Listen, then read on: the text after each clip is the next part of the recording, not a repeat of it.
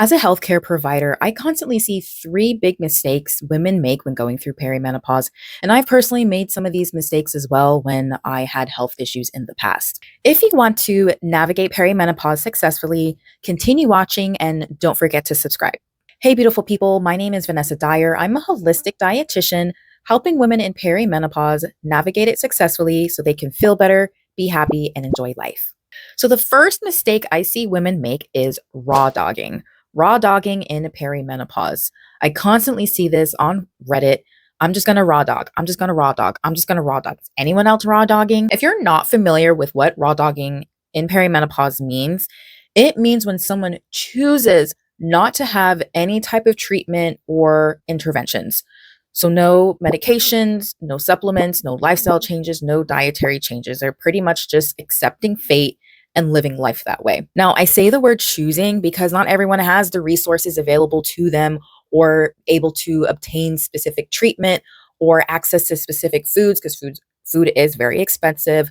And not everyone is a candidate for HRT. So that's why I say they choose to do this to themselves. But don't do this. Don't raw dog. There are health consequences that our body goes through when there's a fluctuation in hormones and when hormones drop, like osteoporosis, brittle bones caused by a drop in bone cells needed to create bone and recycle bone, heart disease from a redistribution of fat around the stomach area and an increase in cholesterol, type 2 diabetes from a change in cortisol, insulin, and insulin sensitivity, and also dementia from brain cells and synapses losing function and cognitive decline. Now, there might be different reasons that women do this.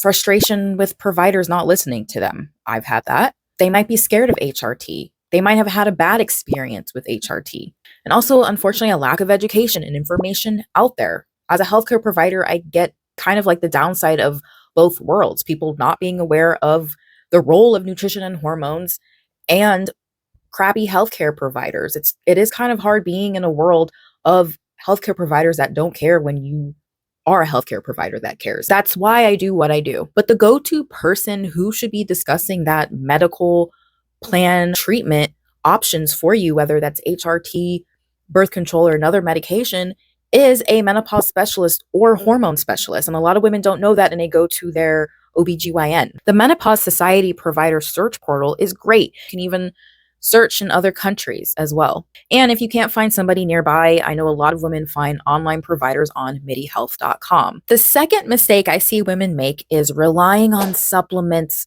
only. I see this all the time and have been asked way too many times, can't you just tell me what supplement to take? The problem with that is that people aren't making an effort to make any lifestyle or nutrition changes. It's just like, oh, I have this problem that can only be solved with a supplement. It's always, what can I take? What can I take? What can I take? Not, what can I do to help me with this problem that I have?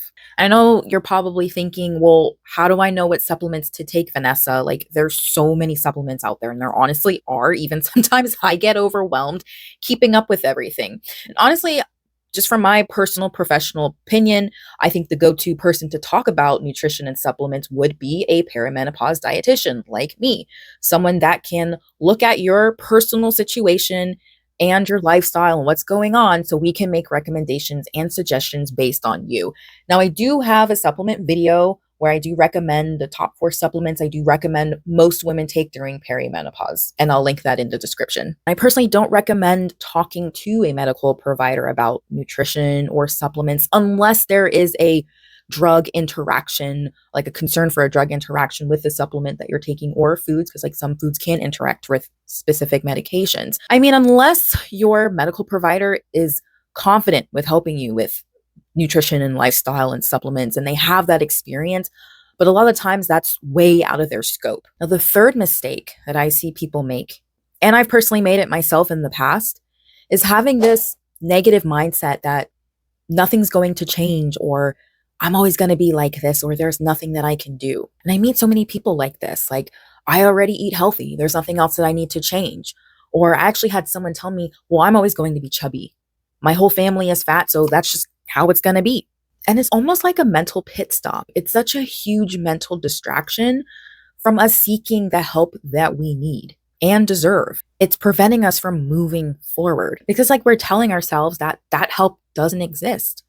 Or when we do find the help, it's like we can't make changes because we already told ourselves there's nothing that needs to be changed. And I think a lot of it comes from healthcare providers telling us these things, telling us there's nothing that we can do about the problem that we go to them for help. We have these expectations from healthcare providers to provide us with the information we need to get better. And unfortunately, that's not the case. Because raise your hand if you've had a provider tell you there's nothing you can do about the problem that you are having. And I really don't know how some providers have so much confidence saying this. It's like they're scared to say, I don't know, or this is out of my scope. Let me refer you to someone else. And honestly, if I continued to with this mindset, I would not be a dietitian and I would most likely be on some heavy ass pain medications and be depressed. There are people out there that can help you and make you feel better. For example, if you're having debilitating hot flashes and you're not a candidate for HRT, there's cognitive behavioral therapy. One of my menopause specialist acquaintances who specializes in hypnosis therapy told me about cognitive behavioral therapy for hot flashes. There's also acupuncture. I know amazing acupuncturist who helps a lot of women with hot flashes. And soy isoflavones. 50 to 100 milligrams of soy isoflavones a day can help significantly reduce hot flashes. That's why I created the Peri Collective, my perimenopause wellness community that uses nutrition and lifestyle strategies to help you gain confidence and clarity through this overwhelming, challenging time in our lives. And it includes creating and having this positive mindset. So talk about how to advocate for yourself when talking to a provider and getting the help that you need and deserve. We have monthly challenges to help you build small habits for long-term success and monthly calls and weekly check-ins. I have all the information in the description. Let me know if you have any questions in the comments. See you next time.